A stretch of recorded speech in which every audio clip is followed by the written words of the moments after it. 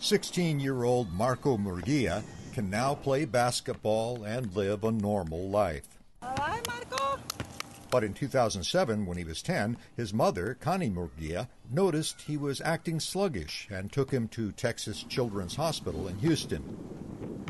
His heart wouldn't pump enough blood, and he was pale. Doctors said Marco had a failing heart and put him on a list for a transplant, but the wait for a child's heart can be very long, and Marco spent 3 months on the Berlin heart. Using pumps that match the patient's size, this device assists the ailing heart with tubes attached through the chest. Do we know when you think you might be able to Dr. Charles Frazier, chief surgeon at Texas Children's Hospital, was the principal investigator in the newly released study of this so-called pediatric ventricular assist device. Our hearts are designed to inject the amount of blood that our body needs. So this pump is designed to be commensurate in size to the patient.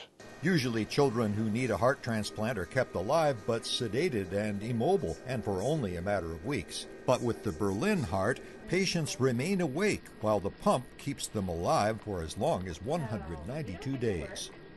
Blood going through the valve into the pumping chamber, pumped through this valve. These are one-way valves. The blood can only go the direction of the arrows back to the body. Dr. Frazier first used the Berlin heart 7 years ago on a tiny infant. This patient was dying. We were able to support him with the device, actually a device this size. He subsequently achieved a cardiac transplant, doing great. Though the study found that around 30% of patients using this device suffered mild strokes, Dr. Frazier said that risk is acceptable given the much higher survival rate the pump achieves. The children who get listed for heart transplant, if they don't get a heart transplant, they're not going to make it. Try again. Dr. Frazier hopes further study will lead to even better devices so that children like Marco Murguia can survive and enjoy active, healthy lives. Greg Flakus, VOA News, Houston.